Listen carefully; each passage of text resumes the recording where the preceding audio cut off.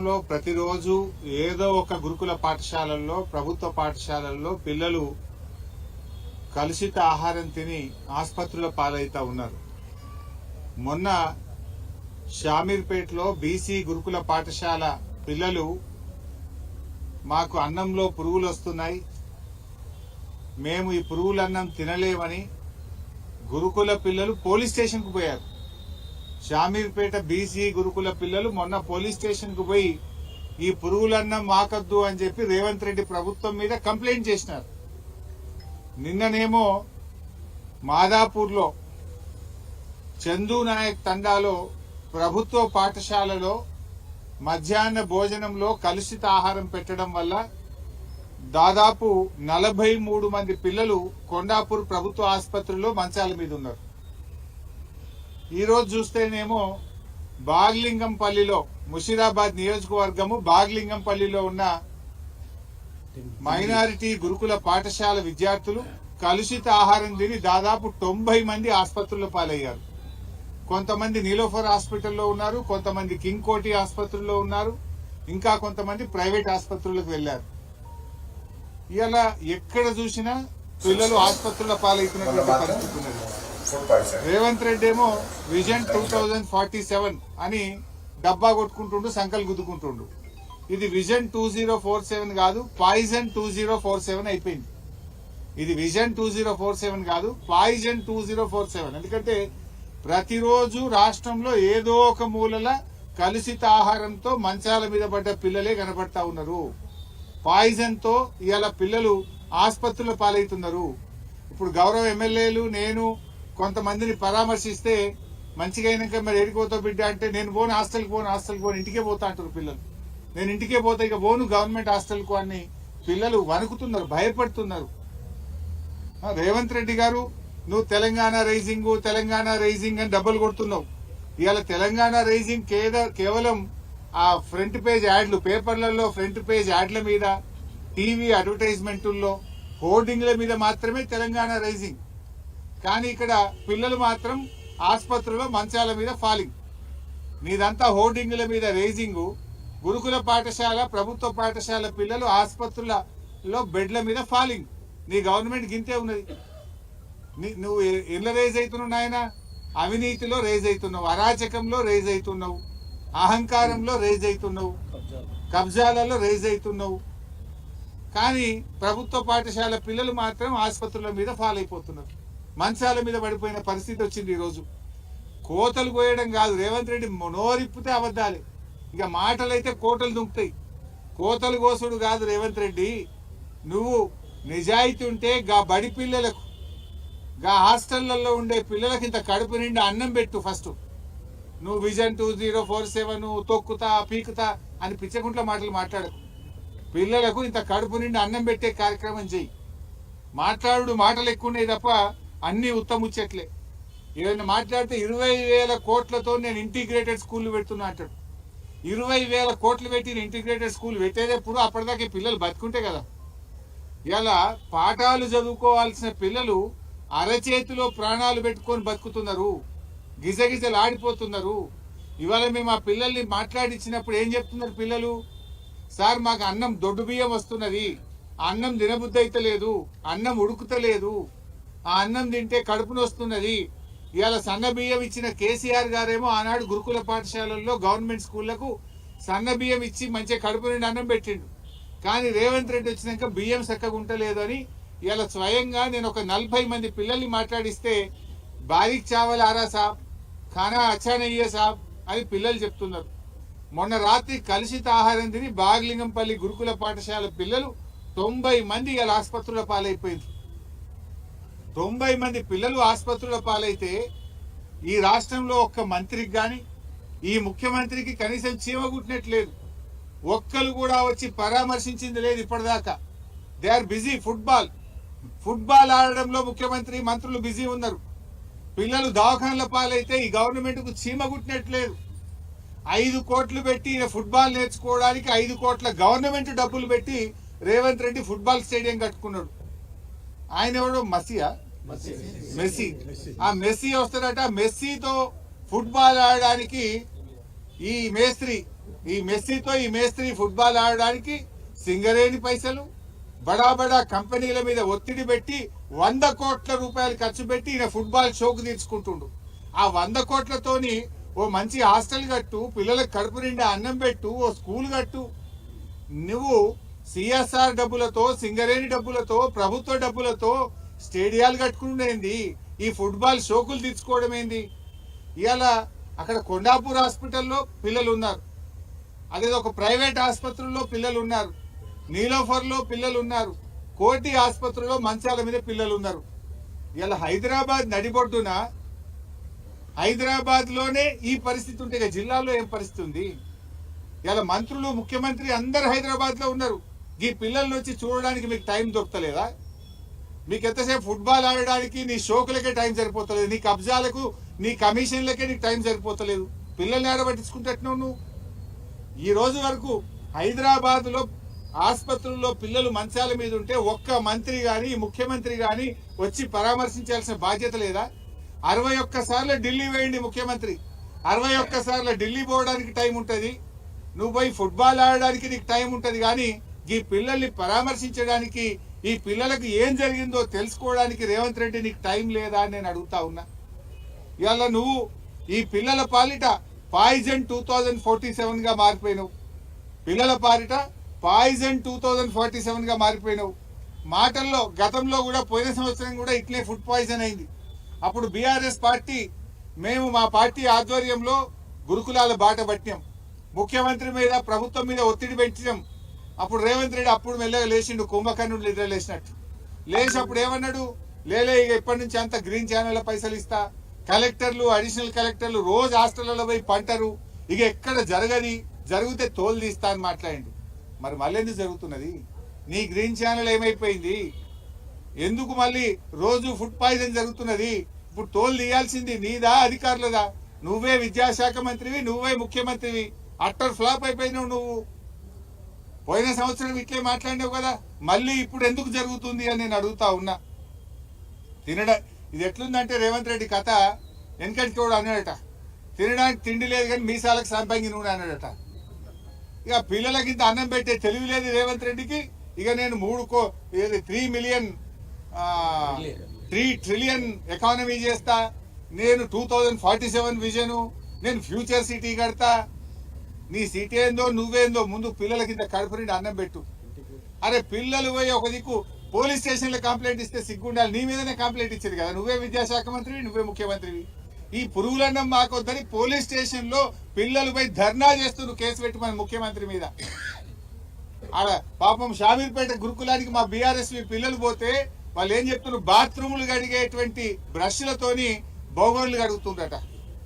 ఏం కావాలి ఆ పిల్లల పరిస్థితి? ఇంత దారుణంగా ఉంటుందా పిల్లల పరిస్థితి? 2 ఏళ్ళైంది నీ గవర్నమెంట్ వచ్చి, 2 ఏళ్ళైనా పిల్లలకి ఇంత అన్నం పెట్టలేవా రేవంత్ రెడ్డి? ఏదో కొత్తగా వచ్చినా ఏడాది తప్పించుకున్నావు. నిన్ననే 2 ఏళ్ల పాలనను సంబరాలు చేసుకున్నావు, తెగ సంబరాలు చేసినావు కదా. కోట్ల రూపాయలు గవర్నమెంట్ సొమ్ములు ఖర్చు పెట్టి, 100 కోట్లతో అడ్వర్టైజ్మెంట్లు పెట్టి, పేపర్లల్లో, టీవీలల్లో, హోర్డింగ్లల్లో, దేశం మొత్తం, రాష్ట్రం ఏడ చూసినా నీ బొమ్మలు పెట్టుకున్నావు. నీ బొమ్మలు మస్తుగా చూసినాం కనుక పిల్లలకి ఇంత అన్నం పెట్టు. అన్నం పెట్టే చేతన అయితే లేదు నీకు. ఇవాళ రేవంత్ రెడ్డి గారు ఎందుకో ఏమో నాకు అర్థం కాదు, పేద పిల్లల మీద పగబట్టిండి రేవంత్ రెడ్డి. ఆ పేద పిల్లలకు కనీసం, ఇందాక పిల్లలు చెప్తున్నారు సార్, పొద్దుగాల చలికాలం ఆడపిల్లలు వాళ్ళు ఆ సన్నీళ్లతో స్నానం చేయలేకపోతున్నాం సార్, ఒక గీజర్ పెట్టింది సార్ అని ఆ పిల్లలు బతిలాడుతున్నారు. అరే నువ్వు ఫుట్బాల్ ఆడడానికి 5 కోట్లతో స్టేడియం కట్టుకుంటావు, 100 కోట్లతోనే ఆ మెస్సీని తెచ్చుకొని ఫుట్బాల్ ఆడతావు. కనీసం మరి ఈ పిల్లలకి ఇంత వేడి నీళ్ళు వచ్చేటట్టు ఓ హీటర్ పెడితేంది? చలికాలం దుప్పట్లో, బ్లాంకెట్లో, షటర్లో ఇయ్యచ్చు కదా. ఇప్పటిదాకా ఎస్సీ, ఎస్టీ, బీసీ హాస్టళ్లలో బ్లాంకెట్లు రాలేదు, దుప్పట్లు రాలేదు. ఆడపిల్లలకు కూడా చన్నీళ్లతో చలికాలంలో 5 డిగ్రీ సెంటీగ్రేడ్ లో ఇవాళ చలికాలం గిజగిజ వణికిపోతూ చన్నీళ్ళ స్నానం చేస్తున్నారు పిల్లలు. ఎందుకు పట్టించుకోవట్లేదు అని అడుగుతా ఉన్నా. ఈ పేద పిల్లలంటే నీకెందుకు చిన్న చూపు అని నేను అడుగుతా ఉన్నా. నీ పాలనలో ఈ 2 ఏళ్లలో 116 మంది పిల్లలు చనిపోయింది. పాము కాటు, కుక్క కాటు, ఎలుకలు కొరుకుడు, కరెంటు షాకులు కొట్టుడు, కలుషిత ఆహారం తిని 116 మంది పిల్లల్ని పొట్టన పెట్టుకున్నావు రేవంత్ రెడ్డి. ఇంకెంతమందిని చంపుతావు? 2 ఏళ్లలో 116 మందిని చంపినా కూడా నీకు ఇంకా కనునిప్పు అయితలేదా? చీమ గుట్టినట్టు అయితలేదా? ఇంకా పిల్లల మీద నీకు కనికరం రావడం లేదా? ఇప్పుడు ఒక తల్లి చెప్పింది నాకు లోపల, అమ్మ పేరు ముస్లిం అమ్మ, కేసీఆర్ సాబ్ ఉండగా ఇట్లా ఎప్పుడు కాలేదు సార్, ఆయన మా కోసం ఈ స్కూల్ పెడితే మేము నమ్మి ఇలా జాయిన్ చేసినాం సార్, ఈ రేవంత్ రెడ్డి వచ్చినాక గిట్ల అవుతుంది అని ఒక తల్లి, ఒక అమ్మాయి తల్లి నాకు చెప్పుకుంటూ కేసీఆర్ ని యాడ్ చేసుకున్నది. ఆ రేవంత్ రెడ్డి గట్టిగా అడుగుండ్రి సారు అని నాకు చెప్పింది. ఒక తల్లి చెప్పింది నాకు ఈరోజు. ఇంత దుర్మార్గంగా నీ పాలన ఉన్నది ఈరోజు. ఇవాళ నీది ఎంతసేపు కమిషన్ల గొప్పలే. నీది విద్యా కమిషన్ అని వేసినావు. ఓ విద్యా కమిషన్ పీక్తది పొడుస్తుంది, ఇక నేను మొత్తం మారుస్తాను. విద్యా కమిషన్ రిపోర్ట్ ఇచ్చి ఏడాది అయింది. ఎక్కడ పోయింది? చెత్తపుట్టలు పడేసినావా? విద్యా కమిషన్ రిపోర్ట్ ఎందుకు అమలు చేయట్లేదో నువ్వు ప్రజలకు సమాధానం చెప్పాలని చెప్పి కూడా నేను ఈరోజు అడుగుతా ఉన్నా. ఉస్మానియా యూనివర్సిటీకి పోయిండు మొన్న రేవంత్ రెడ్డి. ఏం మాట్లాడిండు? పేదవాడి మనసు చదువుతా అంటుండు. పేదవాడి మనసు చదువు పనిచేస్తాను. మరి పిల్లల మనసు అర్థమైతలేదా నీకు? ఈ పిల్లలు పురుగులన్నం మాకొద్దు అని పోలీస్ స్టేషన్ పోయిండ్రు. పురుగులన్నం మాకొద్దు అని జాతీయ రహదారి మీద రోడ్డు మీద కూర్చొని ధర్నాలు చేస్తున్నారు. పురుగులన్నం తిని ఆసుపత్రుల పాలైతే ఈ పిల్లల మనసు నీకు చదువుతలేవా? నువ్వు కనబడతలేదా? నీకు వినబడతలేదా రేవంత్ రెడ్డి అని అడుగుతున్నా. డైలాగులు కొట్టుడు కాదు, చేతనైతే పని చేసి చూపి. ఆయన రాహుల్ గాంధీ ఉన్నాడు, అప్పుడు వచ్చిండు, మేము ఉద్ధరిస్తామని ఆటోలో కూర్చొని తిరిగిండు. ఆటోలలో అందరు కాంగ్రెస్ పార్టీ కోటేయండి అన్నాడు. అశోక్ నగర్కి పోయి మీ పిల్లలంతా ఉద్యోగాలు ఏంది, మీకు నౌకర్లు ఇస్తా అని మాట్లాడిండు. ఇక మస్తు మాట్లాడిండు. 6 గ్యారంటీలకు నాది జిమ్మేదారు అన్నాడు. ఇవాళ ఎటువంటి ఆయన రాహుల్ గాంధీ? ఇవాళ ఈ రాష్ట్రంలో దాదాపు 200-300 మంది రైతులు చనిపోతే రాహుల్ గాంధీ రాడు. ఈ రాష్ట్రంలో 160 మంది ఆటో డ్రైవర్లు చనిపోతే రాహుల్ గాంధీ రాడు. 116 మంది విద్యార్థులు చనిపోతే రాహుల్ గాంధీ రాడు. 42% బీసీలకు రిజర్వేషన్ ఇవ్వకపోతే పోరాటాలు జరిగితే రాహుల్ గాంధీ రాడు. కానీ రేవంత్ రెడ్డి ఫుట్బాల్ ఆడితే చూడనీకి వస్తాడు ఢిల్లీకి వెళ్ళి. వా రాహుల్ గాంధీ నీతి, నువ్వు ఎంత గొప్పనివే. ఓట్ల ముందు మాత్రం ఆటోలు ఎక్కుతావు, లైబ్రరీలు తిరుగుతావు, రైతుల కోసం వరంగల్కి వచ్చి డిక్లరేషన్ పెడతావు. ఇప్పుడు రైతులు చేస్తే రావు, పిల్లలు చేస్తే రావు, ఆటో డ్రైవర్లు చేస్తే రావు, పిల్లలు రోడ్డు ఎక్కితే పట్టించుకోవు. రేవంత్ రెడ్డి ఫుట్బాల్ ఆడితే చూడనీకి వస్తుండు రాహుల్ గాంధీ. ఇది కాంగ్రెస్ పార్టీ విధానం. దీన్ని బట్టి అర్థం చేసుకోవచ్చు కాంగ్రెస్ పార్టీకి పేదలంటే, ప్రజలంటే ఏ పార్టీ చిత్తశుద్ధి ఉన్నదో అర్థమవుతుంది. ఓడదాటేదాకా ఓడమల్లప్ప, ఓడదాటినాక బోడమల్లప్ప అన్నట్టున్నది. ఎలక్షన్ల ముందు అన్ని ఆటోలు ఎక్కిండ్రు, రైతుల చుట్టూ తిరిగిండ్రు, పిల్లల చుట్టూ తిరిగిండ్రు, కాళ్ళల్లో మొక్కిండ్రు, చేతులలో పట్టిండ్రు, హామీలు ఇచ్చిండ్రు, గ్యారంటీలు ఇచ్చిండ్రు, బాండ్ పేపర్లు ఇచ్చిండ్రు, ఫుల్ పేజ్ యాడ్లు ఇచ్చిండ్రు, టీవీల ముందు గొప్పగా అరచేతిలో వైకట్టం చూపించిండ్రు. గెలిచి 2 ఏళ్ళు అయింది. ప్రజల్ని ఇలా గుండెల మీద అంతా ఉన్నారు. ఎక్కడ ఎందుకు రాడు రాహుల్ గాంధీ? రాహుల్ గాంధీ, నువ్వు రేవంత్ రెడ్డిని ఏమైందా 2 లక్షల ఉద్యోగాలను ఎందుకు అడగవు? అవ్వా తాతకు 4000 పింఛన్ ఏమైందని ఎందుకు అడగవు? అక్కా చెల్లెలకు 2500 మహాలక్ష్మి గురించి ఎందుకు అడగవు? పిల్లలు గురుకుల పాఠశాలల్లో పాపం పురుగులన్నం తిని ఆగమైతుంటే అన్నం పెట్టే తెలివి లేదా రేవంత్ రెడ్డి అని అడగవా నువ్వు? ఆయన పిలుస్తాడట, గురికొస్తాడట, స్పెషల్ ఫ్లైట్లు. ఇక రేవంత్ రెడ్డి ఆడే ఫుట్బాల్ చూడడానికి ఆయన ప్రత్యేక విమానం వేసుకొని ఢిల్లీకి వెళ్ళి వచ్చి రాహుల్ గాంధీ గారు రేవంత్ ఆటను చూసి ఆయన పరితపిస్తారట. అయ్యా రాహుల్ గాంధీ గారు, రేవంత్ ఆట చూస్తావో ఏం చేస్తావో నీ ఇష్టం. ఈ పిల్లలు వచ్చి చూడు, కోటిలో నీలఫోర్లో ఉన్న పిల్లలు వచ్చి నీ రేవంత్ పాలనలో కడుపు నొప్పితో, పురుగులన్నంతో, కలుషిత ఆహారంతో ఆ పిల్లల్లో కన్నీళ్లను చూడు రాహుల్ గాంధీ. నీ రేవంత్ రెడ్డి పాలన ఎంత అధ్వాన్నంగా, ఎంత దరిద్రంగా ఉందో మేం చెప్పుడు కాదు. ఆ నీలోఫర్ ఆసుపత్రిలో, కింగ్ కోటి ఆసుపత్రిలో ఉన్న పిల్లల తల్లిదండ్రులతో మాట్లాడు, పిల్లలతో మాట్లాడు. రాహుల్ గాంధీ, నీకు మనసు ఉంటే, నీకు చిత్తశుద్ధి ఉంటే, నువ్వు ఒక ప్రతిపక్ష నాయకుడు అయితే ఈ పిల్లల బాధలు విను. ఇకనైనా పురుగులన్నం చాలించండి, పిల్లలకు కడుపు నిండా అయితే అన్నం పెట్టండి, పిల్లల ఆరోగ్యాన్ని కాపాడండి.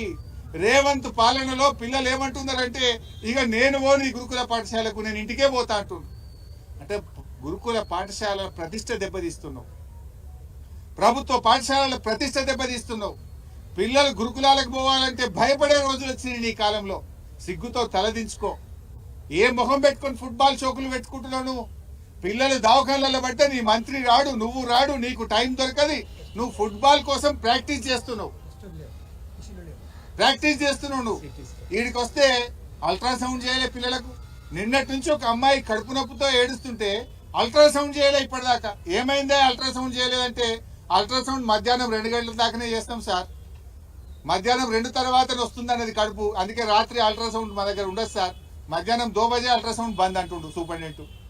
ఇక సిటీ స్కాన్ దగ్గర పోయినా, సిటీ స్కాన్ కు పేద తాళం వేసి పెట్టిరు కింగ్ కోటి ఆసుపత్రిలో. ఆనాడు వైద్య ఆరోగ్య శాఖ మంత్రిగా కేసీఆర్ గారు ముఖ్యమంత్రిగా వారి డైరెక్షన్ లో నేను ఇక్కడ సిటీ స్కాన్ పెట్టించిన. పరిస్థితి ఏంటంటే, మేము పెట్టిన సిటీ స్కాన్ నడపశాతం అయితే లేదు గవర్నమెంట్ కు. 6 నెలలు అయిందట తాళం వేసి సిటీ స్కాన్ కు. ఏమైందా సూపరింటెండెంట్ గారు అంటే, టెక్నీషియన్ లీవ్ పెట్టిపోయింది సార్, టెక్నీషియన్ పోతే ఇంకో టెక్నీషియన్ తెచ్చుకోవా. 6 నెలలకెళ్ళి సిటీ స్కాన్ పనిచేయకపోతే పేదల పరిస్థితి ఏంది? పేదలు ప్రైవేట్ లో పోయి సిటీ స్కాన్ చేయాలంటే 4,000 5,000 ఖర్చు అయింది కదా. 6 నెలలకెళ్ళి సిటీ స్కాన్ రూమ్ కు తాళమేసి పెట్టిందంటే ఈ పాలన ఎట్లా ఉందో మనం అర్థం చేసుకోవచ్చు.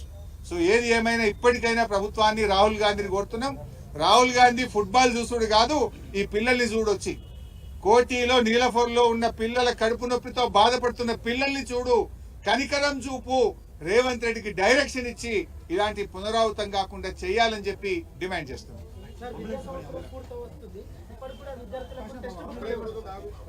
అంబులెన్స్